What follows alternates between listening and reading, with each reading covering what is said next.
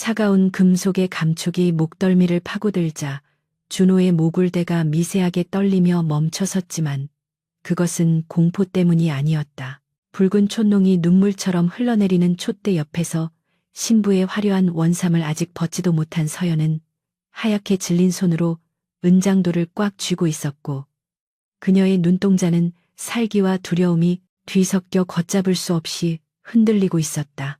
방금 전까지만 해도 수줍게 합 한 줄을 나누던 새색 씨의 손에 들린 것은 정절을 지키기 위한 은장도가 아니라 지아비의 숨통을 끊어놓기 위한 서슬퍼런 흉기였으니 밖에서 들려오는 잔치 끝물의 왁자지껄한 소음과는 대조적으로 신방하는 숨소리조차 낼 수 없는 정막과 살기가 팽팽하게 대치하고 있었다. 서연은 입술을 깨물어 피가 배어 나올 듯한 기세로 칼끝에 힘을 주었고 얇은 피부가 베어지며 붉은 선혈이 한 방울 맺혀 준호의 흰 동정 위로 떨어져 번져나갔다. 소리 내지 마십시오. 대감의 아들이라 하여 내 칼이 무뎌지지는 않을 것입니다. 그녀의 목소리는 낮게 깔려 있었으나 그 속에 담긴 원한의 깊이는 천길 낭떠러지보다 깊어 보였다. 준호는 목에 닿은 칼날의 서늘함보다 자신의 눈앞에서 바들바들 떨고 있는 여인의 처연한 눈빛이 더 가슴을 아리게 파고드는 것을 느꼈다. 그는 당장이라도 비명을 지르거나 몸을 피할 수 있었음에도 불구하고 마치 이 순간을 오랫동안 기다려온 사람처럼 태연자약하게 눈을 깜빡이지도 않고 서연을 응시했다. 창호지문 너머로 달빛이 그림자를 길게 들이우고 멀리서 들리는 소쩍새 소리가 이 비극적인 초야의 정적을 가끔씩 찢어놓을 뿐이었다. 준호는 천천히 아주 천천히 호흡을 고르며 무릎 위에 올려두었던 손을 펴보이며 자신이 저항할 의사가 없음을 드러냈는데 그 행동은 서연을 더욱 당혹스럽게 만들었다. 보통의 사내라면, 아니 자신의 아버지를 죽음으로 몰고 간 원수 최대감의 아들이라면 응당 보여야 할 오만함이나 비굴함이 그의 얼굴에는 티끌만큼도 묻어있지 않았기 때문이다. 오히려 그의 눈빛은 깊은 연못처럼 고요하고 슬퍼서 서연은 순간 자신이 쥐고 있는 칼의 무게가 천근만근처럼 느껴지기 시작했다. 왜 피하지 않는 것이오? 내가 누군지 알고나 있는 게요. 서연의 목소리가 미세하게 갈라지며 칼끝이 덩달아 춤을 추듯 흔들렸다. 그녀의 뇌리에는 3년 전 억울한 누명을 쓰고 참수당하던 아버지의 마지막 모습과 관비로 끌려가던 어머니의 절규, 그리고 멸문지와의 참변 속에서 간신히 목숨만 부지해 이름도 버리고 신분도 숨긴 채 기녀의 수양딸로 숨죽여 살아야 했던 치욕스러운 세월들이 주마등처럼 스쳐 지나갔다. 오늘 밤 이 원수의 집안에 며느리로 들어오기 위해 그녀가 얼마나 많은 피눈물을 흘리며 복수의 칼날을 갈아왔던가.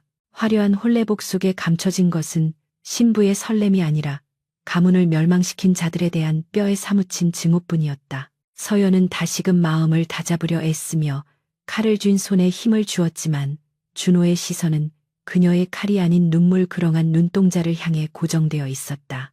방 안의 공기는 무거웠고 타닥타닥 타들어가는 심지의 소리만이 두 사람 사이의 긴장감을 증폭시키고 있었다. 준호는 목을 겨누고 있는 칼날을 전혀 개의치 않는다는 듯 부드럽지만 단호한 목소리로 입을 열었는데 그것은 살려달라는 애원도 아니요 호위무사를 부르는 고함도 아니었다. 그 손을 거두시오 부인. 손이 너무 차갑습니다. 준호의 엉뚱하고도 따뜻한 말 한마디에 서연의 동공이 지진이라도 난 듯 크게 흔들렸다. 생사여탈권을 쥐고 있는 암살자에게 손이 차갑다며 걱정하는 이 사내는 도대체 미친 것인가, 아니면 속을 알 수 없는 능구렁이인가.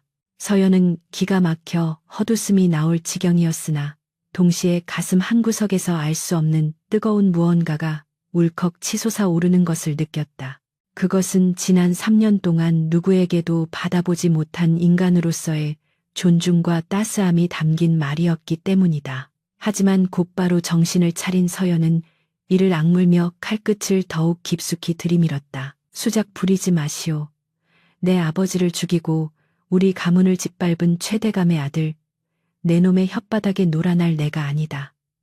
오늘 너를 죽이고 나 또한 자결하여 지하에 계신 부모님을 뵐 것이다. 서연의 절규에 가까운 외침이 심방을 울렸으나 준호는 여전히 미동도 하지 않은 채 슬픈 미소를 머금었다. 그는 자신이 최대감의 아들이라는 사실, 그리고 그 핏줄이 짊어져야 할 업보가 얼마나 무거운지 누구보다 잘 알고 있는 듯했다. 준호는 천천히 고개를 들어 서연의 얼굴을 찬찬히 뜯어보았는데 그것은 마치 오래전에 잃어버렸던 정인을 다시 만난 듯한 애틋함이 묻어나는 시선이었다. 촛불이 바람에 일렁이며 두 사람의 그림자가 벽 위에서 기괴하게 춤을 추었고 방 안에는 긴장감과 더불어 설명할 수 없는 기묘한 기류가 흐르기 시작했다.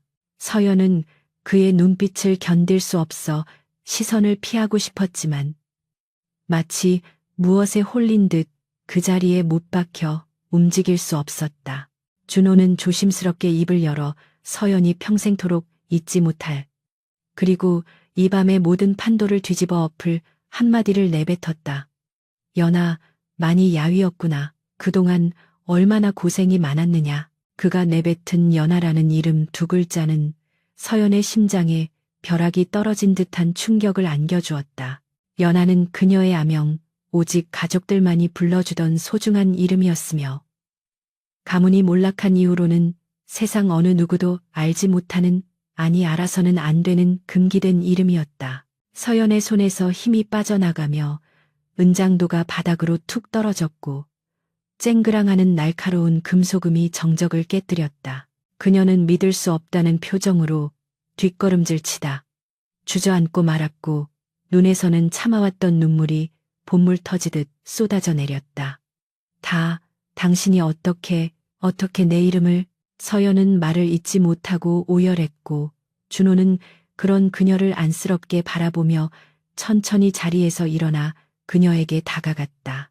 준호는 바닥에 떨어진 은장도를 주워들지 않고 대신 떨고 있는 서연의 어깨를 조심스럽게 감싸 안았다. 서연은 본능적으로 몸을 움츠리며 그를 밀어내려 했으나 준호의 품에서 느껴지는 온기와 그가 내뿜는 향기가 어딘가 모르게 익숙하고 그리운 느낌을 주어 저항할 힘을 잃고 말았다.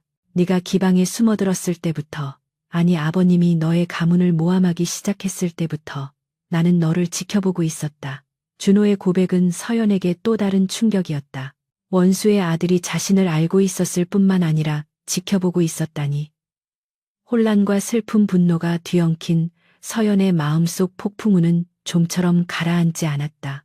준호는 품 안에서 작은 비단 주머니를 꺼내 서연의 손에 쥐어주었는데 그 안에는 놀랍게도 서연의 아버지가 생전에 즐겨 쓰시던 옷관자가 들어있었다. 그것은 압수당해 불태워진 줄로만 알았던 아버지의 유품이었다. 이것을 어찌 당신이. 서연은 떨리는 손으로 옷관자를 어루만지며 흐느꼈다. 차가운 옥의 감촉이 아버지의 따뜻했던 손길을 떠올리게 했다. 준호는 서연의 눈물을 닦아주며 나직하게 속삭였다. 아버님이 옥사에 갇히셨을 때 내가 몰래 빼돌린 것이다. 언젠가 네가 살아 돌아오면 돌려주려 했었다. 서연은 고개를 들어 준호의 얼굴을 바라보았다. 병약하고 무능하여 책만 읽는 서생이라 소문난 최대감의 장남. 세상 물정 모르는 한량이라 비웃음 사던 그가 아니었다. 지금 그녀의 눈앞에 있는 사내는 누구보다 깊은 눈을 가졌고 감히 상상조차 할 수 없는 비밀을 품고 있는 듯했다. 준호의 눈빛은 단호하게 빛나고 있었고 그 속에는 아버지를 향한 증오와 서연을 향한 연민이 복잡하게 얽혀 있었다. 서연은 비로소 깨달았다. 자신이 죽이려 했던 이 남자가 어쩌면 자신의 유일한 구원자일지도 모른다는 사실을. 준호는 서연을 부축하여 일으켜 세우고는 촛불 심지를 가위로 잘라 불빛을 더욱 밝게 키웠다. 방안이 환해지자 두 사람의 모습이 더욱 선명하게 드러났다. 헝클어진 머리, 번진 연지곤지 눈물로 얼룩진 얼굴을 한신부와 목에 핏자국이 선명한 채로 근심 가득한 표정을 짓고 있는 신랑, 참으로 기구하고도 기이한 첫날 밤의 풍경이었다. 이 혼사는 내가 주도한 것이다, 연아. 아버님은 너의 정체를 모르신다. 그저 몰락한 양반가의 여식으로 알고 계시지. 준호는 밖을 향해 귀를 기울이며 목소리를 더욱 낮췄다. 호랑이 굴에 들어가지 않고서는 호랑이를 잡을 수 없는 법. 나는 너를 내 곁에 둠으로써 너를 살리고 나의 아버지가 저지른 죄악을 낱낱이 밝혀낼 증자를 모을 생각이었다. 그의 말 한마디 한마디는 서연의 가슴에 비수처럼 박히는 동시에 새로운 희망의 불씨를 지폈다. 서연은 믿기지 않는 현실에 멍하니 준호를 바라보았다. 그렇다면 그는 자신의 아버지를 고발하고 가문을 멸망시킨 친부 최대감을 상대로 싸우겠다는 것인가? 천륜을 저버리면서까지 서연의 의문 가득한 눈빛을 읽은 듯 준호는 씁쓸한 미소를 지으며 말했다. 부모의 죄를 덮는 것이 효라 배웠으나 그 죄가 하늘을 찌르고 무고한 피를 흘리게 했다면 그것을 바로잡는 것이야말로 자식된 도리가 아니겠느냐. 나는 더 이상 괴물이 되어가는 아버님을 지켜볼 수 없다. 준호의 목소리에는 결기가 서려 있었다. 그는 오랫동안 홀로 이 싸움을 준비해온 고독한 투사였던 것이다. 서연은 그제야 준호가 병약한 척, 무능한 척, 연기하며 살아온 이유를 짐작할 수 있었다. 그 모든 것이 최대감의 의심을 피하고 힘을 기르기 위한 위장이었음을. 밤은 깊어가고 두 사람 사이의 벽은 허물어졌으나 앞으로 닥쳐올 시련은 태산과도 같았다. 준호는 바닥에 떨어진 은장도를 집어들어 서연에게 다시 건네주었다. 이 칼은 나를 겨누는 것이 아니라 너 자신을 지키는 데 쓰거라. 그리고 언젠가 모든 일이 끝나고 네가 진정으로 원한다면 그때 내 심장을 찔러도 좋다. 그때는 기꺼이 받아들일 것이다.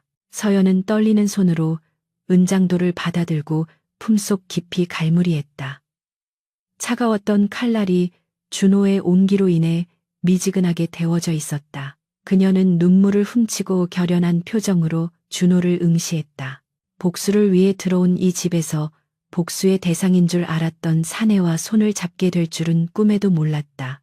이것이 운명의 장난인지 아니면 하늘이 준 기회인지 아직은 알 수 없었지만 서연은 준호의 손을 잡기로 결심했다. 그때 문 밖에서 인기척이 들려왔다. 대감마님께서 드십니다. 하인의 다급한 외침과 함께 육중한 발소리가 가까워졌다.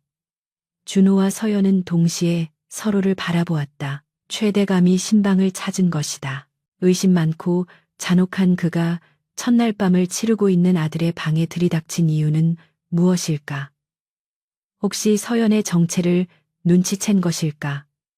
아니면 준호의 계획을 간파한 것일까? 긴장감이 다시금 방 안을 가득 채웠다. 준호는 재빨리 자신의 목에 난 상처를 옷깃으로 가리고 서연의 흐트러진 매무새를 정리해주며 속삭였다. 지금부터 우리는 세상에서 가장 다정한 부부여야 한다. 내 눈을 보고 나만 믿거라. 서연은 고개를 끄덕이며 준호의 옷자락을 꽉 움켜쥐었다. 문이 벌컥 열리고 차가운 밤바람과 함께 서슬퍼런 최대감의 그림자가 방 안으로 들이닥쳤다. 촛불이 위태롭게 흔들리며 꺼질 듯 말 듯 춤을 추었고 두 사람의 위험한 동침은 이제 막 시작되고 있었다. 육중한 문이 열리며 들이닥친 것은 밤바람이 아니라 마치 지옥의 입구가 열린 듯한 서늘하고도 압도적인 위압감이었다. 최대감의 거구는 문지방을 넘어서는 순간 방 안의 공기를 일순간에 집어삼켰고 그의 날카로운 눈빛은 독수리가 먹잇감을 찾듯 방 안 구석구석을 훑어내렸다. 준호는 짐짓 놀란 척 어깨를 움츠리며 마른 기침을 토해냈고 서연은 황급히 옷매무새를 다듬으며 고개를 조아렸다. 촛불이 요동치며 최대감의 그림자를 길게 늘어뜨려 마치 거대한 악귀가 두 사람을 덮치는 형상을 만들어냈다. 최대감의 시선이 준호의 목덜미에 묻은 붉은 핏자국에 꽂히는 순간 서연의 심장은 쿵 소리를 내며 바닥으로 떨어지는 듯했다. 저 핏자국이 칼에 의한 것임을 들킨다면 모든 계획은 수포로 돌아가고 두 사람의 목숨은 파리 목숨보다 못하게 될 것이 자명했기 때문이었다. 신방에 웬 혈흔이냐. 최대감의 목소리는 낮고 굵었으나 그 안에 담긴 의심의 날은 시퍼렇게 서 있었다. 서연이 입을 떼기도 전에 준호가 먼저 허둥지둥 손사래를 치며 비굴하게 웃어 보였다. 아, 아버님, 소자가 워낙 몸이 허약하여 부인을 맞이한다는 긴장감에 그만 코피를 쏟고 말았습니다. 참으로 부끄럽기 그지없습니다. 준호는 소매로 목의 상처를 가리며 어수룩한 표정을 지어 보였다. 평소 병약하고 유약한 아들을 경멸하던 최대감은 그 모습에 혀를 차며 한심하다는 듯 인상을 찌푸렸다. 사내 자식이 어찌 그리 칠칠 맞지 못하더냐. 첫날 밤부터 코피라니 조상의 낯을 들 수가 없구나.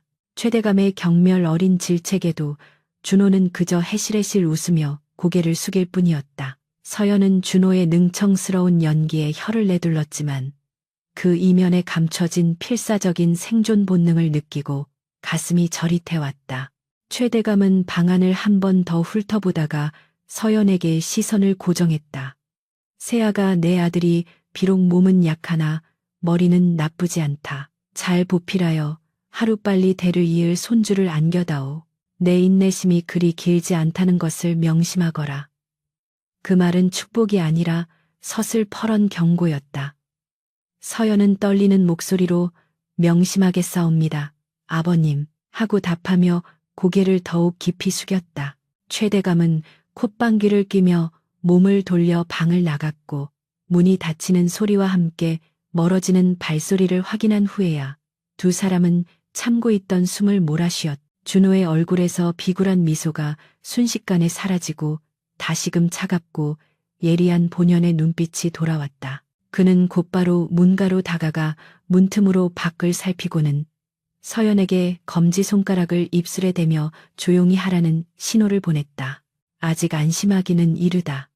문 밖에는 아버님의 신복들이 밤새 보초를 서며 우리의 대화를 엿들을 것이다. 준호는 아주 작은 목소리로 속삭이며 서연을 이불 쪽으로 이끌었다. 두 사람은 나란히 요위에 앉았지만 그 사이에는 보이지 않는 긴장감이 흐르고 있었다. 준호는 이불을 머리끝까지 뒤집어 쓰고는 서연의 손바닥에 글씨를 쓰기 시작했다. 말은 조심하고 행동은 다정하게.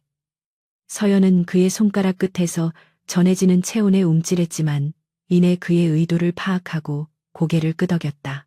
이것은 적진 한복판에서 살아남기 위한 그들만의 은밀한 소통 방식이었다.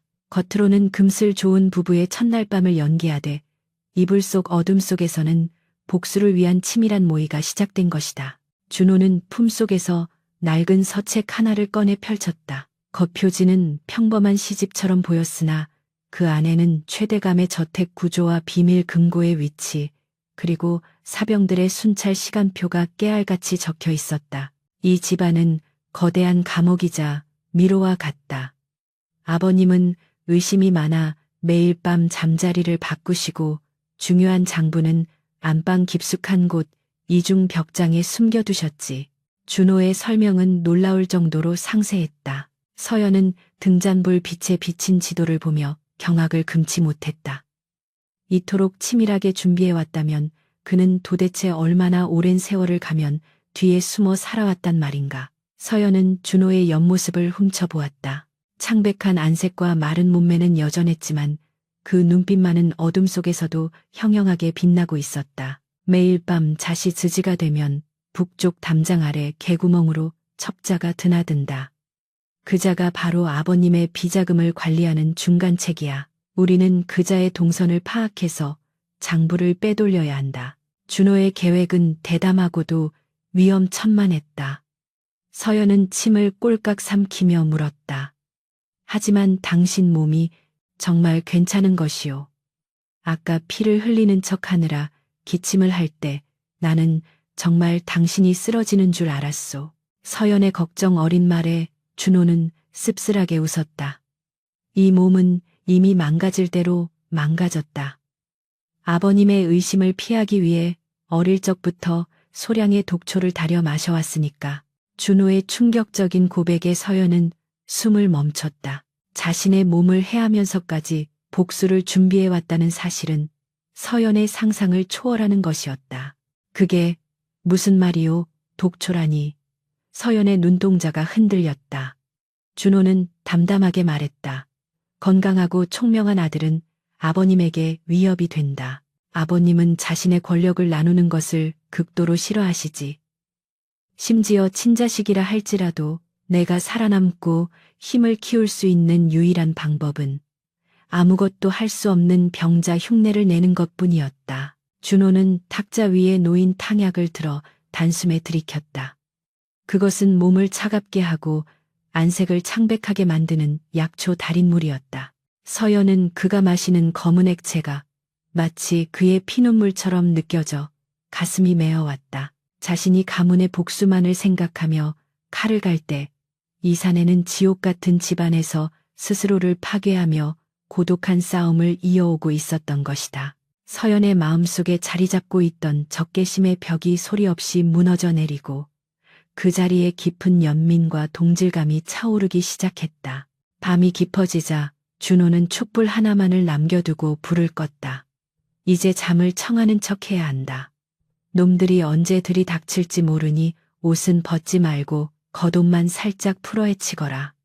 준호의 지시에 따라 서연은 조심스럽게 원삼을 벗고 하얀 속적삼 차림으로 이불 속에 누웠다. 준호 또한 겉옷을 벗고 서연의 옆에 누웠다. 한 이불을 덮고 누운 두 사람 사이에는 어색한 정적이 흘렀다. 어깨가 살짝 닿을 듯 말 듯 한 거리, 준호의 규칙적인 숨소리가 서연의 귓가에 들려왔다. 원수의 아들과 한 이불을 덮고 있다는 사실이 믿기지 않았지만 이상하게도 두렵거나 불쾌하지 않았다. 오히려 그의 존재가 든든하게 느껴지는 자신이 당혹스러울 따름이었다. 서연은 등 뒤에 누운 준호에게 조그맣게 속삭였다. 고맙소. 그리고 미안하오. 당신을 오해해서. 준호는 대답 대신 서연의 손을 이불 속에서 살며시 잡았다. 그의 손은 여전히 차가웠지만 맞잡은 손바닥을 통해 전해지는 마음은 그 어떤 난로보다 뜨거웠다. 살아남아줘서 고맙다, 연아. 너는 나의 죄책감이자 내가 이 싸움을 포기하지 않게 해준 유일한 희망이었다. 준호의 진심 어린 고백에 서연은 눈시울이 붉어졌다. 두 사람은 서로의 온기에 의지하며 불안한 밤을 견뎌내고 있었다. 그때 문 밖에서 바스락 하는 소리가 들렸다. 누군가 문구멍을 뚫고 안을 엿보려는 기척이었다. 준호는 순식간에 몸을 일으켜 서연의 위로 올라탔다. 서연이 놀라서 비명을 지르려 하자 준호가 손으로 그녀의 입을 막으며 눈빛으로 신호를 보냈다. 연기해. 준호는 거칠게 이불을 걷어차며 일부러 큰 소리로 숨을 몰아쉬었다. 부인 일이 아름다우니 내 어찌 가만히 있을 수 있겠소. 그의 목소리는 짐짓 흥분에 찬 듯 떨리고 있었다. 서연 또한 상황을 파악하고 준호의 옷깃을 잡으며 헐떡이는 소리를 내었다. 서방님 너무 급하십니다. 두 사람의 그림자가 벽 위에서 엉키며 격렬하게 움직이자 문 밖의 기척은 만족한 듯 슬그머니 사라졌다. 인기척이 완전히 사라진 것을 확인한 준호는 그제야 서연의 위에서 내려와 옆으로 쓰러지듯 누웠다. 그의 이마에는 식은땀이 송골송골 맺혀 있었다. 서연은 안도의 한숨을 내쉬며 준호의 땀을 소매로 닦아주었다. 극도의 긴장감 속에서 치러진 연극이었지만 그 순간 두 사람의 심장은 묘하게도 같은 박동으로 뛰고 있었다. 다음 날 아침 최대감의 저택은 분주하게 돌아갔다. 하인들은 새 며느리를 곁눈질하며 수군거렸고 최대감의 첩실들과 배다른 형제들은 호시탐탐 서연을 괴롭힐 기회를 엿보고 있었다. 아침 문안 인사를 위해 대청마루에 나선 서연은 쏟아지는 시선들을 의식하며 고개를 숙였다. 어마, 새색시 얼굴이 반쪽이 되었네. 어젯밤 우리 도련님이 꽤나 힘들게 하셨나 봐. 형수뻘 되는 여인의 비아냥거리는 말투에 주변 하인들이 킥킥대며 웃었다. 서연은 모욕감에 입술을 깨물었으나 그때 준호가 휘청거리는 걸음으로 나타나 서연의 앞을 가로막아 섰다. 형수님, 제 안사람이 아직 집안 법도에 서투르니 너그러이 봐주십시오. 그리고 준호는 잠시 말을 멈추고 주위를 둘러보더니 평소의 어눌한 말투로 덧붙였다. 어젯밤 너무 무리하여 제가 현기증이 나니 부인의 부축을 좀 받아야겠습니다. 준호는 짐짓 엄살을 피우며 서연의 어깨에 기대었다. 겉보기에는 팔불출 남편의 모습이었지만 서연은 그가 자신을 향한 비난의 화살을 온몸으로 막아주고 있음을 알았다. 최대감은 마루 끝에서 그 모습을 지켜보며 탐탁지 않은 표정으로 곰방대를 두드렸다. 시끄럽다. 아침부터 무슨 추태들이냐. 새아가 너는 오늘부터 곳간 열쇠 관리와 안살림을 배우도록 해라. 만약 쌀 한 톨이라도 빈다면 내 용서치 않을 것이다. 최대감의 불호령에 모두가 입을 다물었다. 곳간 열쇠 관리는 표면적으로는 권한을 주는 것 같았지만 실상은 횡령의 누명을 씌우기 가장 좋은 자리였다. 준호는 서연의 손을 꽉 쥐며 안심시키듯 살짝 눌렀다. 이것은 또 다른 시험대였다. 그날 오후 준호와 서연은 별채의 작은 서재에 마주 앉았다. 밖에는 감시하는 하인이 서성이고 있었다. 준호는 붓을 들어 난을 치는 신호를 하며 낮은 목소리로 서연에게 말을 걸었다. 아버님이 곳간 열쇠를 맡긴 것은 함정이다. 장부 조작을 통해 너를 도둑으로 몰아내치려 할 것이다. 서연은 먹을 갈며 준호의 눈을 바라보았다. 그럼 어찌해야 합니까? 준호는 붓끝에 먹물을 듬뿍 묻혀 화선지 위에 힘차게 선을 그었다. 오히려 기회다. 곳간은 아버님의 비자금이 세탁되는 통로지. 네가 그 흐름을 파악해준다면 우리는 결정적인 증거를 손에 넣을 수 있다. 준호의 눈빛은 확신에 차 있었다. 서연은 먹을 까는 손에 힘을 주었다. 이제 그녀는 더 이상 피해자가 아니었다. 준호와 함께 이 거대한 악의 소굴을 무너뜨릴 동지이자 그의 유일한 아군이었다. 저녁이 되고 어둠이 깔리자 저택의 분위기는 다시 음산해졌다. 준호는 낮에 보여준 모습과는 달리 밤이 되자 극심한 고통을 호소하며 자리에 누웠다. 독초의 부작용이 나타난 것이다. 식은땀을 흘리며 괴로워하는 준호를 보며 서연은 물수건으로 그의 이마를 닦아내며 밤을 지새웠다.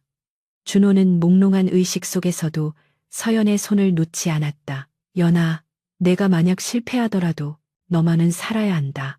그의 헛소리 같은 진심의 서연은 가슴이 미어지는 듯했다. 그녀는 준호의 귓가에 단호하게 속삭였다. 아니요, 우리는 함께 살 것입니다. 그리고 반드시 저들의 죗값을 치르게 할 것입니다. 서연은 준호의 머리맡에 놓인 은장도를 바라보았다. 이제 그 칼끝은 준호가 아닌 저 바깥 세상의 악귀들을 향해 있었다. 달빛이 구름에 가려지고 짙은 어둠 속에서 두 사람의 위험한 동침은 더욱 깊어만 갔다. 달빛조차 숨죽인 그는 밤 최대감 저택의 곳간은 쥐 죽은 듯 고요했으나 그 정막 속에는 언제 터질지 모르는 시한 폭탄과도 같은 긴장감이 감돌고 있었다. 서연은 떨리는 손으로 호롱불을 들고 쌀가마니가 산더미처럼 쌓인 곳간 깊숙한 곳을 뒤지고 있었는데 곰팡내와 묵은 곡식 냄새가 섞인 쾌쾌한 공기가 코끝을 찔러와 숨을 쉴 때마다 가슴이 답답해져 왔다. 준호가 일러준 대로라면 이중 장부가 숨겨진 곳은 곡식 항아리 밑바닥. 그 중에서도 천텐 자가 새겨진 세 번째 항아리여야 했다. 서연은 주위를 두리번거리며 인기척을 살핀 뒤 젖먹던 힘을 다해 무거운 항아리를 옆으로 밀어내려 안간 힘을 썼으나 장정 서너시 달라붙어야 겨우 움직일 법한 거대한 독은 요지부동이었다. 식은땀이 등줄기를 타고 흐르며 속적삼을 적셨고 초조함에 입술이 바짝바짝 말라갔다. 시간이 없다. 곧 순찰을 도는 집사놈이 들이닥칠 것이다. 서연은 손톱이 깨지는 고통을 감내하며 항아리 밑바닥 틈새로 손가락을 집어넣어 더듬거렸고 그 순간 차갑고 딱딱한 나무 상자의 감촉이 손끝에 닿았다. 희열과 공포가 동시에 뇌리를 스치며 심장이 터질 듯 요동쳤다. 그때였다. 누구냐 거기서 무엇을 하고 있는 게냐 날카로운 고함 소리와 함께 곳간 문이 벌컥 열리며 횃불을 든 집사 칠성이 들이닥쳤다. 칠성은 최대감의 가장 충직한 사냥개로 서연의 일거수일투족을 감시하던 자였다. 횃불의 불빛이 곳간 안을 대낮처럼 밝혔고 서연은 항아리 뒤에 웅크린 채 사색이 되어 굳어버렸다. 들켰다. 이제 모든 것이 끝장이다. 칠성의 눈이 매섭게 빛나며 서연이 숨어있는 구석을 향해 성큼성큼 다가왔다. 세아씨 아니십니까? 이 야심한 시각에 하인들도 드나들지 않는 곳간 구석에서 도대체 무슨 꿍꿍이십니까? 칠성의 목소리에는 명백한 의심과 더불어 꼬투리를 잡았다는 비열한 희열이 서려 있었다. 서연은 등 뒤로 나무 상자를 감추며 떨리는 목소리로 변명하려 했으나 입이 떨어지지 않았다. 칠성은 서연의 등 뒤를 낚아채려 거칠게 손을 뻗었다. 뒤에 숨긴 것이 무엇입니까? 썩 내놓으시지요. 절체절명의 순간 곳간 밖에서 요란한 기침 소리와 함께 누군가가 비틀거리며 들어왔다. 쿨럭쿨럭아. 목이 말라 죽겠구나. 물 좀 다오. 창백한 안색으로 식은땀을 줄줄 흘리며 나타난 사람은 다름 아닌 준호였다. 그는 마치 몽유병 환자처럼 초점 없는 눈으로 허공을 휘저으며 칠성과 서연 사이로 쓰러지듯 끼어들었다. 도련님 아니 이 밤중에 여긴 어쩐 일로. 칠성이 당황하여 횃불을 내리자 준호는 칠성의 바지가랑이를 붙잡고 늘어지며 애원하듯 소리쳤다. 내 약을 다오. 아버님이 숨겨두신 그 귀한 약재가 이곳간에 있다고 들었다. 그걸 먹어야 내가 산다. 쿨럭 준호는 발작적으로 기침을 하며 입가에 붉은 피를 토해냈고 그 피가 칠성의 옷자락에 튀자 칠성은 기겁하며 뒤로 물러섰다. 아이고 도련님 정신 차리십시오. 약재라니요. 여긴 쌀창고일 뿐입니다. 준호의 난동은 치밀하게 계산된 연기였으나 그가 토해낸 피는 진짜였다. 독초의 기운이 오장육부를 뒤틀어 놓는 고통 속에서도 준호는 서연을 보호하기 위해 기꺼이 자신의 몸을 던진 것이다. 준호는 흐릿해지는 시야 속에서도 칠성의 시선을 자신에게 묶어두기 위해 바닥을 구르며 때를 썼다. 거짓말 마라.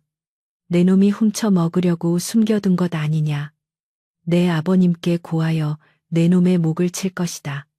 준호의 악다구니의 칠성은 혼비백산하여 어쩔 줄을 몰라 했다. 최대감이 끔찍이 아끼는 표면적으로나마 장자가 자신의 눈앞에서 피를 토하며 죽어간다면 그 책임은 오롯이 칠성에게 돌아올 터였다. 아니 세아씨는 멍하니 보고만 계실 겁니까? 어서 도련님을 부축하여 방으로 모시지요. 칠성이 다급하게 소리치자 서연은 그 틈을 타 재빨리 나무 상자를 치마폭 깊숙이 숨기고 준호에게 달려가 그를 부축했다. 서방님 정신 차리세요. 서연의 외침은 연기가 아닌 진심 어린 비명이었다. 준호의 몸은 불덩이처럼 뜨거웠고 그의 옷깃을 적신 피비린내가 진동했다. 방으로 돌아온 서연은 떨리는 손으로 문을 걸어 잠그고 준호를 자리에 눕혔다. 준호는 거친 숨을 몰아쉬며 고통에 몸부림치고 있었으나 서연이 무사히 장부를 가져왔는지 확인하려는 듯 간절한 눈빛으로 그녀를 바라보았다. 연아, 그것은 찾았느냐? 준호의 갈라진 목소리에 서연은 눈물을 쏟으며 치마폭에서 낡은 나무 상자를 꺼내 보였다. 네, 찾았습니다. 여기 있어요. 하지만 당신 몸이 피를 이렇게 많이 토하시고. 서연은 수건을 적셔 준호의 입가에 묻은 피를 닦아내며 오열했다. 준호는 희미하게 미소 지으며 서연의 손을 잡았다. 괜찮다. 네가 무사하면 그걸로 되었다. 그 순간 서연은 깨달았다. 이 남자가 자신을 위해 목숨을 걸고 있다는 사실을, 단순히 가문의 복수를 위한 동맹관계를 넘어 그는 자신의 모든 것을 걸고 서연을 지키려 하고 있었다. 서연의 가슴 속에서 준호를 향한 애틋한 감정이 걷잡을 수 없이 피어올랐다. 준호가 진정되기를 기다려 두 사람은 촛불 아래서 떨리는 마음으로 장부를 펼쳤다. 겉보기에는 평범한 쌀 거래 내역을 적은 치부책 같았으나 준호는 붓을 들어 쌀가마니의 수량과 날짜들을 특정한 규칙에 따라 조합하기 시작했다. 이것은 단순한 횡령 장부가 아니다. 아버님은 역모를 꾸미고 계신다. 준호의 충격적인 말에 서연은 숨을 멈췄다. 준호가 해석해낸 내용은 실로 경악스러웠다. 최대감은 흉년을 틈타 백성들을 수탈한 제물로 사병을 양성하고 있었으며 북방의 오랑캐들과 내통하여 무기를 사들이고 있었다. 장부에는 뇌물을 받은 조정 대신들의 명단과 거사 날짜까지 상세히 적혀 있었다. 그것은 단순한 부정부패의 증거가 아니라 나라를 뒤집으려는 반역의 설계도였다. 서연의 아버지가 억울하게 죽임을 당한 이유도 바로 이 비밀을 눈치챘기 때문이었음이 명백해졌다. 이럴 수가. 역모라니. 서연은 부들부들 떨며 입을 막았다. 준호의 표정은 차갑게 굳어 있었다. 아버님은 다가오는 환갑잔치를 거사의 날로 잡으셨다. 전국의 고위 관리들이 모이는 그날 왕의 특사마저 죽이고 궁으로 진격할 계획이시다. 준호의 눈에는 분노와 슬픔이 교차했다. 자신의 아버지가 나라를 팔아먹는 매국노이자 역적이라는 사실을 확인한 아들의 심정은 갈갈이 찢겨 나가는 듯했다. 그러나 준호는 무너지지 않았다. 그는 서연의 어깨를 단단히 잡고 결연한 어조로 말했다. 우리가 막아야 한다. 단순히 복수를 넘어 이 나라의 수많은 백성들이 피를 흘리는 것을 막아야 해. 연아, 두렵지 않으냐? 서연은 눈물을 닦고 준호의 눈을 똑바로 응시했다. 두렵지 않습니다. 당신과 함께라면 지옥불이라도 뛰어들 것입니다. 두 사람의 시선이 허공에서 얽히며 서로에 대한 깊은 신뢰와 사랑을 확인했다. 다음 날부터 준호와 서연의 움직임은 더욱 은밀하고 치밀해졌다. 준호는 칠성에게 뇌물을 주며 자신의 약재 소동을 비밀로 해달라고 입막음을 했고, 서연은 안살림을 핑계로 연애 준비를 도맡으며 최대감의 감시망을 피해 외부와 연락할 방법을 모색했다. 그러나 위기는 예고 없이 찾아왔다. 최대감이 준호의 방을 예고 없이 방문한 것이다. 최대감은 방 안의 감도는 약 냄새를 맡으며 의심스러운 눈초리로 준호를 쏘아보았다. 내놈의 기침 소리가 담장을 넘는다더구나. 몸조리를 어찌 하기에 그 모양이냐. 최대감은 준호가 읽고 있던 책을 빼앗아 휙휙 넘겨보았다. 다행히 장부는 서연의 반된 골이 함 깊숙한 곳에 숨겨져 있었다. 준호는 짐짓 겁먹은 표정으로 웅크리며 대답했다. 죄송합니다, 아버님. 날이 차서 그런가 봅니다. 최대감은 혀를 차며 책을 던져버리고는 의미심장한 말을 남겼다. 이번 환갑잔치에는 네 처가 쪽 사람들도 초대하고 싶었으나 멸문지화 당한 집안이니 올 사람이 없겠구나. 참으로 딱한 노릇이다. 최대감의 잔인한 조롱에 서연의 주먹이 옷자락 속에서 하얗게 질렸으나 그녀는 묵묵히 고개를 숙이고 참아냈다. 최대감이 나가자마자 준호는 서연을 끌어당겨 품에 안았다. 조금만 참거라. 놈의 오만함이 곧 놈의 무덤이 될 것이다.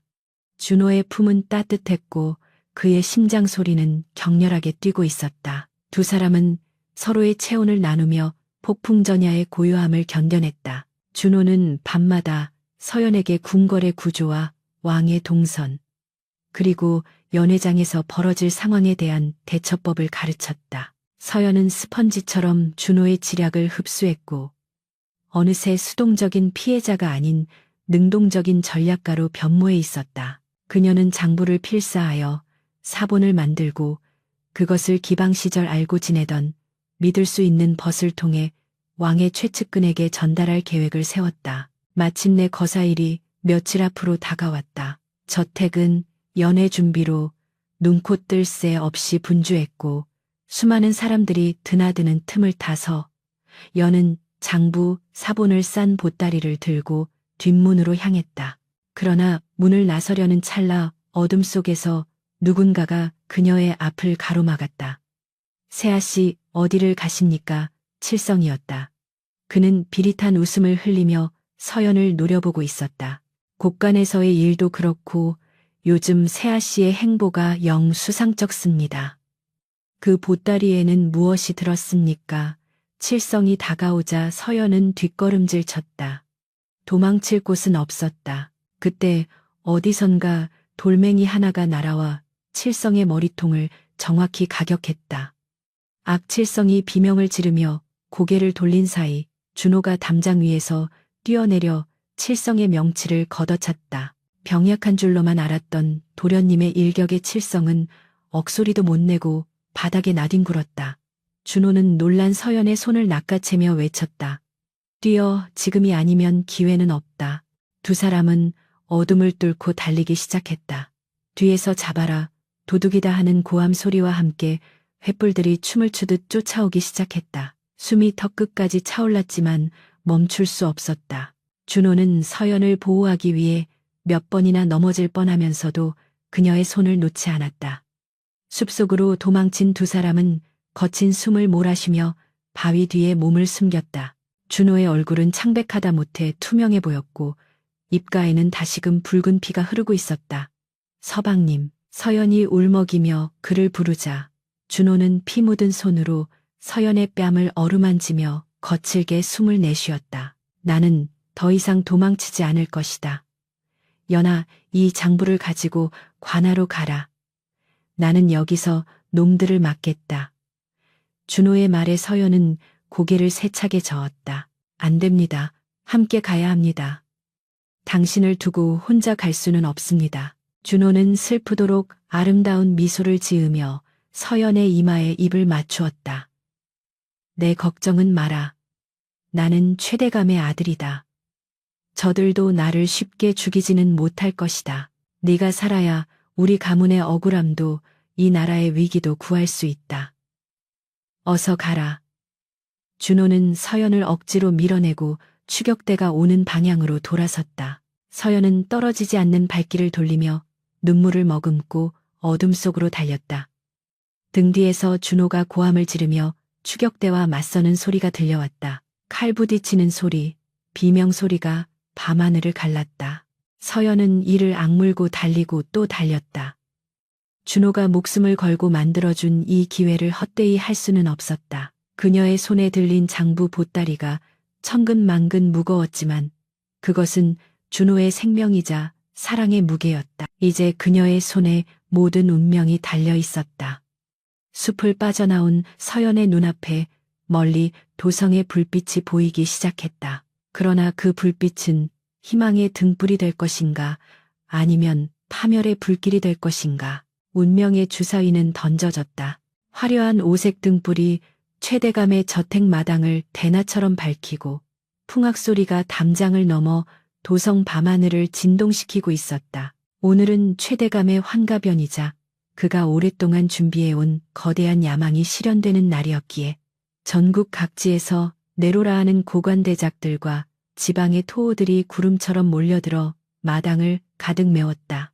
비단으로 감싼 탁자 위에는 산의 진미가 넘쳐났고 붉은 술이 계곡물처럼 흐르니 연회장의 분위기는 그야말로 주지웅님의 극치를 보여주고 있었다. 상석에 앉은 최대감은 붉은 용포를 연상시키는 자색 비단옷을 입고 거만하게 턱을 치켜든 채 자신을 향해 굽신거리는 아북꾼들의 인사를 받고 있었다. 그의 눈은 탐욕으로 번들거렸고 입가에는 세상을 다 가진 듯한 오만한 미소가 걸려 있었으니 마치 자신이 이미 이 나라의 왕이라도 된 양착각에 빠져 있는 듯했다. 그러나 그 화려한 잔치판의 이면에는 시퍼런 칼날을 품은 사병들이 곳곳에 매복해 있었고 술잔을 기울이는 관리들의 품속에는 최대감이 하사한 밀서가 숨겨져 있었으니 이 밤은 축제의 장이 아니라 피비린내 나는 반역의 서막이었다. 그때 굳게 닫혀있던 대문이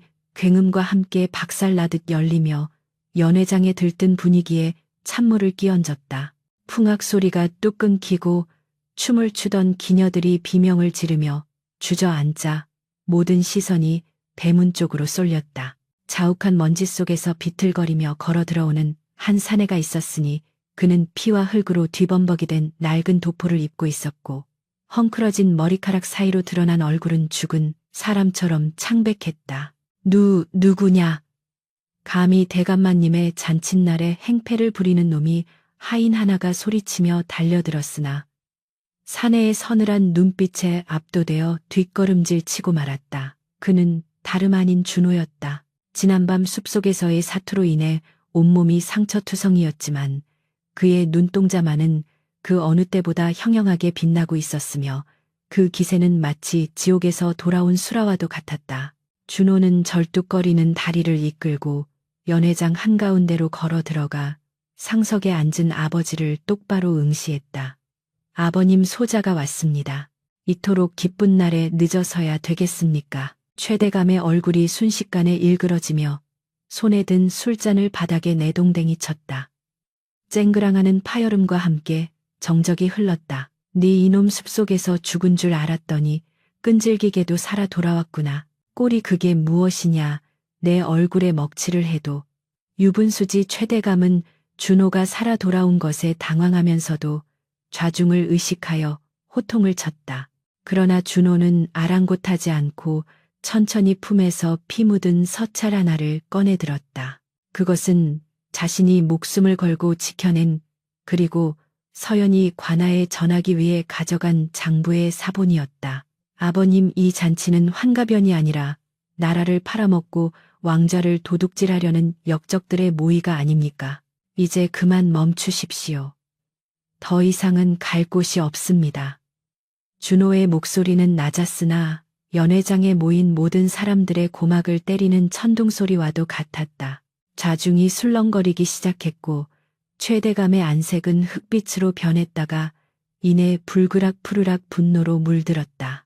저 미친놈을 당장 끌어내라.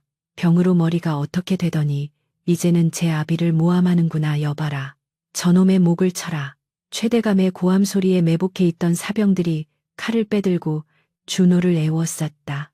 시퍼런 칼날들이 준호의 목을 겨누었으나 그는 눈 하나 깜빡하지 않고 아버지를 향해 슬픈 미소를 지어 보였다. 아버님, 제가 병자 흉내를 내며 살아온 세월 동안 저는 아버님이 언젠가는 뉘우치시길 기다렸습니다. 허나 아버님은 끝내 괴물이 되기를 선택하셨군요. 준호의 눈에서 한 줄기 눈물이 흘러내려 피 묻은 뺨을 타고 떨어졌다. 사병들이 준호에게 달려들려는 찰나 담장 밖에서 우렁찬 나팔 소리가 울려 퍼지며 왕명을 받으라 하는 외침이 들려왔다.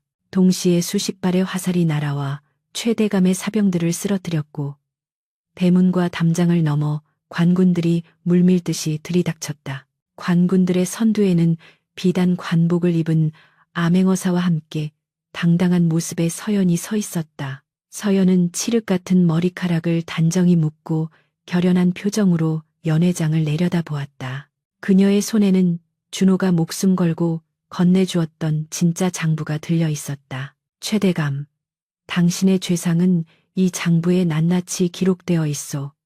백성의 고열을 빨고 오랑캐와 내통하여 영모를 꾀한 죄 하늘이 알고 땅이 아는데 어찌 부인하려 하시오. 서연의 일갈의 죄, 대감은 믿을 수 없다는 듯 뒷걸음질 쳤다. 내 내년이 감히 내 며느리가 되어 내 등에 칼을 꽂다니. 최대감은 분노에 차 삿대질을 했으나 서연은 조금도 위축되지 않고 맞받아쳤다. 나는 당신의 며느리가 아니라 당신이 억울하게 죽인 김진사의 딸이다. 오늘 내 아버지의 원한과 고통받는 백성들의 한을 풀러왔다. 서연의 외침과 함께 연회장은 아수라장으로 변했다. 최대감의 사병들과 관군들이 뒤엉켜 처절한 백병전이 시작되었다. 비명소리와 칼 부딪히는 소리, 식탁이 엎어지고 그릇이 깨지는 소리가 뒤섞여 지옥도를 방불케 했다. 최대감은 궁지에 몰리자 이성을 잃고 광기를 드러냈다. 죽여라, 모조리 죽여라. 내가 왕이 될 것이다. 누구도 나를 막을 수 없다. 그는 자신의 호위무사들에게 서연을 죽이라 명령했고 살기에 찬 무사들이 서연을 향해 돌진했다. 서연은 은장도를 꺼내 들고 방어하려 했으나 전문적인 무사들을 상대하기에는 역부족이었다. 날카로운 칼날이 서연의 심장을 노리고 날아오는 절체절명의 순간 검은 그림자가 비호처럼 날아와 서연의 앞을 가로막았다. 크윽 둔탁한 소리와 함께 칼날이 살을 파고들었고 붉은 피가 허공에 흩뿌려졌다. 서연을 대신해 칼을 맞은 것은 준호였다. 그는 비틀거리면서도 서연을 등 뒤로 감추고 뺏어든 검으로 호위무사를 베어 넘겼다. 서방님 서연의 비명 섞인 외침에 준호는 거친 숨을 몰아쉬며 뒤를 돌아보았다. 그의 어깨에서는 피가 솟구치고 있었으나 서연을 바라보는 눈빛만은 따뜻하고 안온했다. 물러서 있어라 연아. 내 목숨이 붙어있는 한 누구도 너를 해치지 못한다. 준호는 이를 악물고 다시 전면을 향해 검을 겨누었다. 평생 분만 잡았던 손이었고 독초로 인해 망가진 몸이었으나 사랑하는 여인을 지키겠다는 일념 하나가 그를 불사신처럼 일으켜 세우고 있었다. 준호는 춤을 추듯 현란하게 움직이며 사병들의 공격을 받아냈으나 수정 열쇠와 부상으로 인해 점차 한계에 다다르고 있었다. 최대감은 자신의 아들이 자신에게 칼을 겨누고 며느리를 지키는 모습을 보며 묘한 배신감과 질투에 사로잡혔다. 그는 직접 장검을 뽑아들고 준호에게 다가갔다. 내 핏줄이 나를 배신하다니 내 손으로 너를 거두어 주마. 최대감의 검이 묵직하게 준호를 내려쳤고 준호는 간신히 검을 들어 막아냈으나 그 충격으로 무릎을 꿇고 말았다. 입에서 한 움큼의 피가 쏟아져 나왔다. 준호야, 너는 어리석다. 권력을 쥐면 모든 것을 가질 수 있거늘 고작 계집 하나 때문에 천하를 버리려 하느냐. 최대감의 비웃음에 준호는 피 묻은 입술을 비틀어 웃었다. 아버님이 주려는 것은 권력이 아니라 허상일 뿐입니다. 사람을 잃은 권력이 무슨 소용입니까? 저는 연하와 함께하는 지금 이 순간이 아버님이 꿈꾸는 왕좌보다 더 소중합니다. 준호의 말은 최대감의 가슴을 후벼 팠으나 이미 돌아올 수 없는 강을 건넌 최대감은 더욱 분노하여 칼을 높이 쳐들었다. 그때 서연이 달려들어 준호를 감싸 안으며 최대감을 노려보았다. 찌르십시오. 차라리 우리 둘을 함께 죽이십시오. 당신은 평생 고독 속에서 저주받은 왕으로 살아가게 될 것입니다. 서연의 도끼 어린 눈빛에 최대감의 손이 미세하게 떨렸다. 그 짧은 틈을 타 관군들이 최대감을 포위했고 암행어사가 큰 소리로 외쳤다. 역적 최대감은 칼을 버리고 항복하라. 이미 내 놈의 수하들은 모두 제압되었다.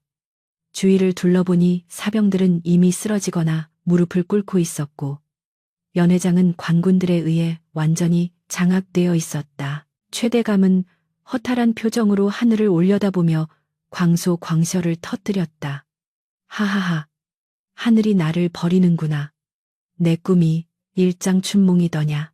그는 칼을 떨어뜨리고 바닥에 주저앉았고 관군들이 달려들어 그를 포박했다. 싸움이 끝나자 긴장이 풀린 준호는 서연의 품으로 쓰러지듯 쓰러졌다. 서방님 정신 차리세요. 서방님. 서연은 피범벅이 된 준호를 끌어안고 오열했다. 준호의 얼굴은 백지장처럼 하얗게 질려 있었고 숨소리는 가채프게 끊어질 듯 이어지고 있었다. 독초의 도끼와 과다출혈 그리고 극심한 피로가 한꺼번에 몰려와 그의 생명을 갉아먹고 있었다. 준호는 흐릿해지는 시야 속에서 서연의 얼굴을 찾으려 애썼다. 피 묻은 손을 들어 서연의 뺨을 어루만지며 그는 힘겹게 입을 열었다. 울지 마라. 연아, 다 끝났다. 이제 너는 자유다. 그의 목소리는 점점 작아져 귓가에 맴도는 바람소리처럼 흩어졌다. 아니요, 아니요. 당신 없이는 자유도 필요 없습니다. 제발 눈을 뜨세요. 우리가 함께 살기로 약속했잖아요. 서연의 절규가 밤하늘에 메아리 쳤다. 주변에 있던 관군들과 암행어사조차 숙연해져 고개를 숙였다. 최대감은 포승줄에 묶인 채 끌려가면서도 쓰러진 아들의 모습을 뒤돌아보며 처음으로 눈빛이 흔들리는 것을 느꼈다. 그것이 후회인지 연민인지 아니면 패배자의 비참함인지는 알 수 없었으나 그의 등은 늙고 초라해 보였다. 서연은 자신의 치맛자락을 찢어 준호의 상처를 지혈하려 했으나 피는 멈추지 않고 계속해서 흘러나와 그녀의 손을 붉게 물들였다. 의원을 불러주시오. 제발 누구든 도와주시오. 서연의 애절한 외침에 의관이 급히 달려와 준호의 맥을 짚었다. 의관의 표정이 어두워지자 서연의 심장은 덜컥 내려앉았다. 도끼가 이미 오장에 퍼진 데다 자창 치성이 깊어 출혈이 심합니다. 오늘 밤을 넘기기가 쉽지 않을 듯합니다. 의관의 절망적인 진단에 서연은 세상이 무너지는 듯한 충격을 받았다. 그녀는 준호를 꽉 끌어안으며 고개를 저었다. 아니야, 그럴 리 없어. 이 사람은 죽지 않아요. 나를 살리려고, 나를 지키려고 그토록 모진 세월을 견뎌온 사람인데 이렇게 허망하게 갈 수는 없어요. 서연의 눈물방울이 준호의 얼굴 위로 뚝뚝 떨어졌다.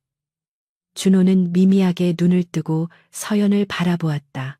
그의 눈동자에는 죽음의 그림자가 드리워져 있었으나 그 깊은 곳에는 여전히 서연을 향한 사랑이 꺼지지 않는 불씨처럼 남아 있었다. 연아, 매화나무, 기억하느냐, 우리. 다시 그곳에서. 준호는 말을 맺지 못하고 고개를 떨구었다. 그의 손이 서연의 뺨에서 힘없이 미끄러져 내려 바닥으로 떨어졌다. 서방님, 서연의 비명이 연회장을 가득 채우고 하늘에서는 때마침 묻은 비가 내리기 시작했다. 빗물은 바닥에 흥건한 피를 씻어내고 불타오르던 횃불들을 하나둘씩 꺼뜨렸다. 어둠이 다시 찾아온 연회장에는 오직 서연의 통곡 소리만이 처연하게 울려 퍼지고 있었다. 복수는 끝났고 정의는 실현되었으나 그 대가는 너무나도 가혹하고 처절했다. 서연은 차가워지는 준호의 몸을 안고 놓고 싶지 않았다. 이대로 시간이 멈추어 버리기를, 이 악몽 같은 현실에서 깨어나기를 간절히 빌고 또 빌었다. 그러나 야속하게도 새벽은 다가오고 있었고 빗줄기는 더욱 굵어져 두 사람을 적시고 있었다. 과연 이 비극적인 사랑의 결말은 어디로 향할 것인가? 생과 사의 경계에서 서연의 기도는 하늘에 닿을 수 있을 것인가? 비가 억수같이 쏟아지는 연회장의 참혹한 풍경 속에서 서연의 애끓는 절규가 하늘에 닿은 것일까? 급박한 말발굽 소리와 함께 궁궐에서 파견된 어이 유이들이 당도했다. 암행어사가 미리 왕에게 올린 장계 덕분에 준호가 역모를 밝혀낸 1등 공신임을 인정한 왕이 친히 내린 특단의 조치였다. 서둘러라. 이분은 나라를 구한 의인이시다. 반드시 살려내야 한다. 어이는 서연을 밀치고 준호의 맥을 짚더니 신속하게 침을 놓고 품에서 귀한 해독제를 꺼내 입에 흘려 넣었다. 서연은 빗물과 눈물로 범벅이 된 채 그 모습을 지켜보며 숨조차 제대로 쉴 수 없었다. 희미하게나마 준호의 가슴이 오르락 내리락 하는 것을 확인한 후에야 그녀는 다리가 풀려 진흙탕 속에 주저앉고 말았다. 준호는 곧바로 거처로 옮겨졌고 그날 밤 내내 생사의 경계를 넘나드는 사투가 벌어졌다. 도끼운이 온몸으로 퍼져나가는 것을 막기 위해 뜸을 뜨고 탕약을 들이부으며 서연은 한시도 그의 곁을 떠나지 않고 밤새워 물수건으로 열을 식혔다. 사흘 밤낮이 지났을 무렵 지옥 같은 고비가 지나고 준호의 호흡이 점차 안정을 되찾기 시작했다. 서연은 패란 눈으로 준호의 핏기 없는 얼굴을 바라보다가 그의 손가락이 미세하게 꿈틀거리는 것을 느끼고 화들짝 놀라 몸을 일으켰다. 서방님, 제 목소리가 들리십니까? 서연의 간절한 부름에 준호가 힘겹게 눈꺼풀을 들어 올렸다. 초점 없는 눈동자가 서서히 서연의 얼굴을 향했고 메마른 입술이 달싹이며 작은 목소리를 토해냈다. 연아, 살아 있었구나. 그 한마디에 서연은 참았던 울음을 터뜨리며 그의 가슴에 얼굴을 묻었다. 네, 살아 있습니다. 당신이 살려주신 목숨, 당신 곁에서 한 발자국도 떨어지지 않고 지켰습니다.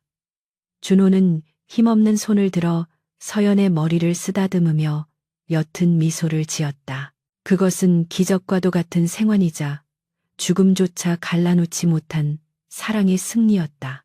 준호가 몸을 추스르는 동안 도성에는 피바람이 몰아쳤다. 역모를 주도한 최대감과 그 추종자들은 의금부로 압송되어 국문을 받았고 그 죄상이 낱낱이 밝혀져 참수형에 처해졌다. 최대감은 형장에 끌려가면서도 끝까지 자신의 야망을 놓지 못하고 광기를 부리다 비참한 최후를 맞이했다. 반면 억울하게 멸문지화를 당했던 서연의 가문은 신원생연되어 관직과 재산을 돌려받고 명예를 회복했다. 서연은 하얀 소복을 입고 부모님의 묘소를 찾아 술을 올리며 하염없이 눈물을 흘렸다. 아버지, 어머니, 이제 편히 눈을 감으세요. 원수는 사라졌고 가문의 오명은 씻겨졌습니다. 불어오는 바람이 서연의 눈물을 닦아주듯 부드럽게 스쳐 지나갔다. 이제 그녀에게 남은 것은 복수가 아닌 그녀를 위해 모든 것을 희생한 한 남자 준호뿐이었다. 왕은 준호의 공을 치하하여 높은 관직과 재물을 하사하려 했으나 준호는 단호하게 거절했다. 전하 소신은 아버지를 고발한 폐륜을 저지른 죄인입니다. 비록 그것이 대의를 위한 것이었다. 하나 자식된 도리로서 천륜을 어긴 죄책감을 안고 어찌 벼슬길에 나아가겠나이까. 부디 저를 낙향하여 조용히 살게 해주십시오. 왕은 준호의 올곧은 성품과 깊은 고뇌를 이해하고 그의 청을 수락하며 비단과 서책을 내려 위로했다. 준호와 서연은 화려했던 도성 생활과 끔찍했던 기억이 서린 저택을 뒤로하고 아무런 미련 없이 짐을 꾸렸다. 떠나는 날 두 사람은 서로의 손을 꼭 잡고 성문을 나섰다. 등 뒤로 저무는 노을이 그들의 그림자를 길게 드리웠지만 그들의 앞길은 그 어느 때보다 밝고 환하게 빛나고 있었다. 그로부터 5년이라는 세월이 흘렀다. 깊은 산골, 맑은 계곡물이 흐르는 곳에 자리 잡은 작은 초가집에서는 아이들의 낭낭한 글 읽는 소리가 울려 퍼지고 있었다. 하늘 천따지 검을 현누루 황. 준호는 뗏마루에 앉아 훈장님이 되어 동네 아이들에게 글을 가르치고 있었는데 예전에 병약하고 창백했던 모습은 온데간데 없고 햇볕에 그을린 건강한 얼굴과 온화한 미소를 띠고 있었다. 독초의 후유증으로 가끔 기침을 하기는 했으나 산속의 맑은 공기와 서연의 지극정성 어린 내조 덕분에 건강을 거의 회복한 상태였다. 준호가 아이들의 서툰 발음을 교정해주며 웃음을 터뜨리자 부엌에서 저녁을 준비하던 서연이 고개를 내밀고 흐뭇하게 그 모습을 지켜보았다. 그녀의 얼굴에도 평온함과 행복이 가득 차올라 있었다. 수업이 끝나고 아이들이 집으로 돌아가자 서연은 소박하지만 정갈한 저녁상을 들고 마루로 나왔다. 갓 지은 밥 냄새와 구수한 된장국 냄새가 코끝을 자극했다. 서방님 시장하시지요. 어서 드세요. 준호는 서연이 차려준 밥상을 받으며 그녀의 손을 잡았다.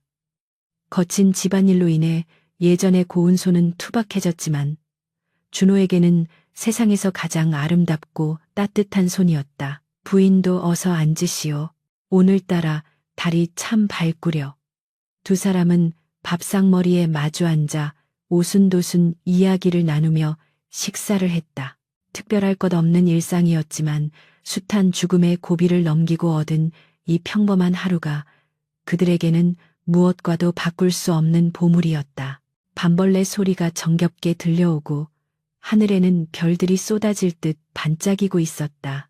식사를 마친 후 서연은 안방, 장롱 깊숙한 곳에서 낡은 비단 보따리를 꺼내왔다. 그녀가 보따리를 풀자 달빛을 받아 서늘하게 빛나는 은장도가 모습을 드러냈다. 첫날 밤 서연이 준호의 목을 겨누었던 바로 그 칼이었다. 준호는 찻잔을 내려놓고 은장도를 물끄러미 바라보았다. 그때는 이 칼이 우리를 갈라놓는 흉기인 줄 알았는데 지금 보니 우리를 이어준 인연의 끈이었구려. 준호의 회상에 서연은 은장도를 어루만지며 고개를 끄덕였다. 네, 이 칼에 서린 원한과 증오를 서방님께서 사랑으로 녹여주셨습니다. 만약 그때 서방님이 제 이름을 불러주지 않으셨다면 저는 평생을 후회와 고통 속에서 살았을 것입니다. 서연의 눈가가 촉촉해지자 준호는 그녀의 어깨를 감싸 안았다. 진정한 복수는 상대를 죽이는 것이 아니라 보란듯이 행복하게 사는 것이라 하지 않더냐. 우리는 승리했다, 연아. 그 누구보다 행복하게 살고 있으니. 준호의 말에 서연은 환하게 웃으며 그의 품에 안겼다. 두 사람은 팻마루에 나란히 앉아 밤하늘을 올려다보았다. 마당 한켠에 심어놓은 매화나무에서 꽃잎이 바람에 흩날리며 두 사람의 머리 위로 눈처럼 내려앉았다. 준호가 매화나무 아래서 했던 약속, 모든 것이 끝나면 그곳에서 다시 시작하자던 그 약속이 지켜진 것이다. 과거의 상처는 아물어 흉터가 되었지만 그 흉터조차 이제는 서로를 얼마나 사랑하는지 증명하는 훈장이 되어 있었다. 밤바람이 쌀쌀해지자 준호는 서연의 옷깃을 여며주며 속삭였다. 내일은 장터에 나가 자네에게 줄 꽃신을 하나 사야겠소. 이 산골에 묻혀 사느라 고생만 시키는 것 같아 미안하오. 서연은 고개를 저으며 준호의 손을 볼에 비볐다. 아니요. 저는 비단심보다 서방님과 함께 걷는 이 흙길이 더 좋습니다. 천년 만년 이렇게만 살 수 있다면 더 바랄 것이 없습니다. 두 사람의 그림자가 하나로 포개지며 깊어가는 밤의 정적 속에 녹아들었다. 방 안에 호롱불이 꺼지고 고요한 산속에는 두 사람의 규칙적인 숨소리만이 평화롭게 울려 퍼졌다. 권력과 탐욕이 빚어낸 비극의 소용돌이 속에서도 피어난 한 송이 꽃 같은 사랑. 서연과 준호의 이야기는 단순히 복수극으로 끝나지 않고 용서와 치유, 그리고 진정한 구원이 무엇인지를 보여주었다. 은장도의 날카로운 칼날은 무뎌져 더 이상 누군가를 해치지 않게 되었고, 대신 두 사람의 마음속에 영원히 변치 않을 사랑의 맹세로 각인되었다. 세월이 흐르고 흘러 그들의 육신은 흙으로 돌아갈지라도 그들이 보여준 숭고한 희생과 사랑의 이야기는 저 밤하늘의 별처럼, 그리고 매년 봄이면 피어나는 매화 향기처럼 세상에 남아 길이길이 전해질 것이다. 행복이란 멀리 있는 것이 아니라 서로를 아끼고 보듬어주는 마음에 있다는 평범한 진리를 깨달은 두 사람의 밤은 그 어느 때보다 따뜻하고 찬란했다.